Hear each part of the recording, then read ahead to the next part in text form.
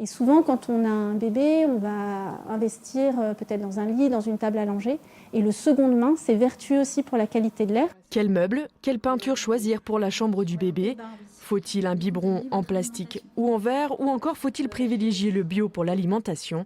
Des questions liées à l'environnement que les futurs parents sont de plus en plus nombreux à se poser. On est vraiment dans le concret d'une chambre avec du matériel que les parents vont utiliser. Et ça permet de manipuler et ça permet de se projeter dans la chambre idéale. Unique en Rhône-Alpes, cette chambre pédagogique a été aménagée à l'hôpital de la Croix-Rousse.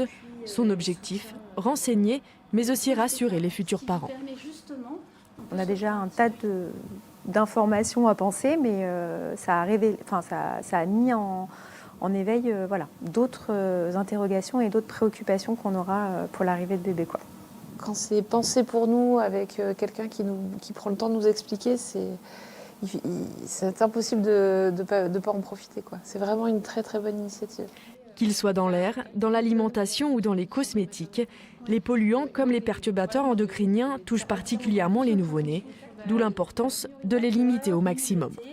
Ils sont tellement nombreux, ces polluants, et ils sont tellement partout que du coup, il y a aussi le principe de précaution. On n'a pas forcément réussi à prouver dans la science que tel ou tel pesticide va donner telle ou telle maladie. Mais par contre, c'est évident que plus on va les éviter, et mieux c'est. Animés par le personnel de l'hôpital ou des sages-femmes libérales, ces ateliers sont organisés plusieurs fois par semaine.